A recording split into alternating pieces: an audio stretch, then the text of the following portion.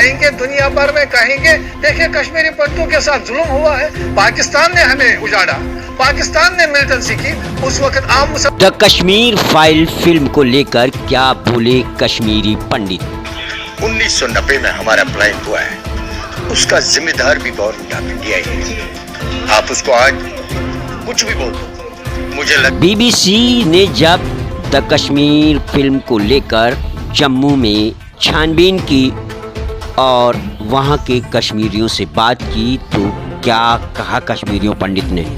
BBC को दिए एक बयान में कश्मीरी पंडितों ने द कश्मीर फाइल फिल्म को नकार दिया।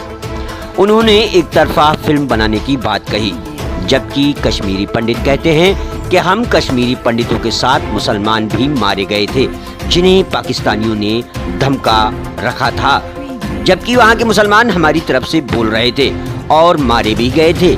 लेकिन इस फिल्म को एक तरफा बनाकर एक भी मुसलमान को इस फिल्म में मरते नहीं दिखाया।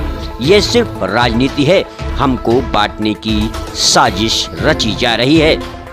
लेकिन उस वक्त की मौजूदा सरकार कौन थी, यह भी एक बड़ा सवाल है। उसने एक्शन क्यों नहीं लिया, यह भी एक बड़ा सवाल है।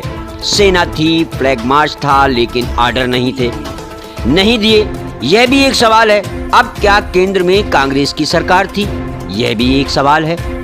तो उन सब सवालों का जवाब है जो इस बात से अनभिज्ञ हैं कि 19 जनवरी 1990 को जो कश्मीर में बवाल हुआ, उस वक्त जो मौजूदा सरकार थी वो थी वीपी सिंह की, और अटल बिहारी वाजपेयी जी जो बीजेपी के कद्दावर नेता थे, राष्ट्रीय अध्यक्ष थे, उन्होंने अपने 85 सांसदों के साथ वीपी सिंह को समर्थन देकर केंद्र में जनता दल की सरकार बनाई थी।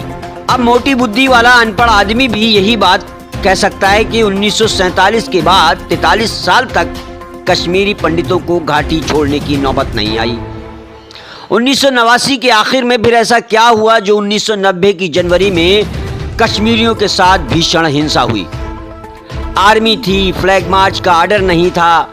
आर्डर तब मिला जब राजीव गांधी ने संसद घेरी, उसके अगले दिन भाजपा ने भी अपनी ही सरकार को घेरा। तब आर्मी ने फ्लैग मार्च किया और हिंसा रुकी।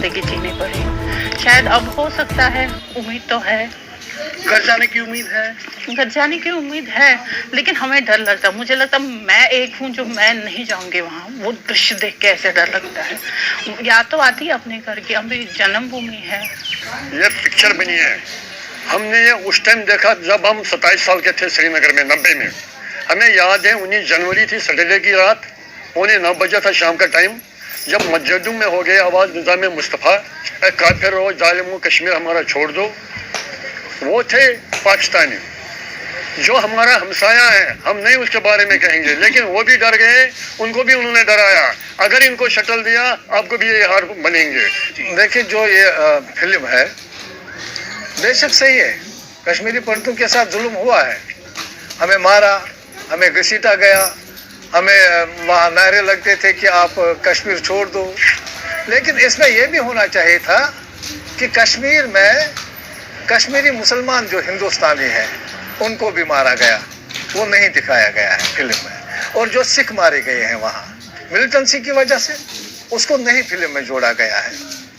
जो सरकार को करना चाहिए था, 8 साल की सरकार है, बीजेपी की सरकार थी, जो दूसरी सरकारों पर एलिगेशन देते थे, इन्होंने नहीं किया, इन्होंने कश्मीरी पंडितों को उजाड़ा। लेकिन इस सरकार ने भी आज तक हमारी सुध नहीं ली, बीजेपी ने सिर्फ कश्मीरी पंडितों का शोषण, मतलब एक्सप्लॉइट हमें किया।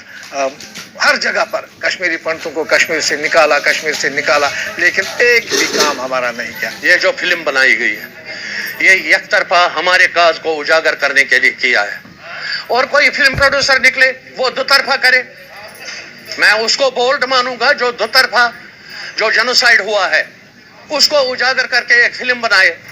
इसलिए मैं और किसी प्रोड्यूसर डायरेक्टर से अपील करता हूं कि दोनों साइड के इस माहौल को जो उन पर भी गुजरी है, मेजॉरिटी कम्युनिटी पर भी, तो उनके और हमारे जख्मों को पूरा उजागर करे, ताकि दुनिया को और भी पता चल जाए कि एक तरफा ये जो मेजॉरिटी पर जुल्म हुए हैं वो कहां से आए, वो भी पाकिस्तान स्पॉन्सर्ड थे।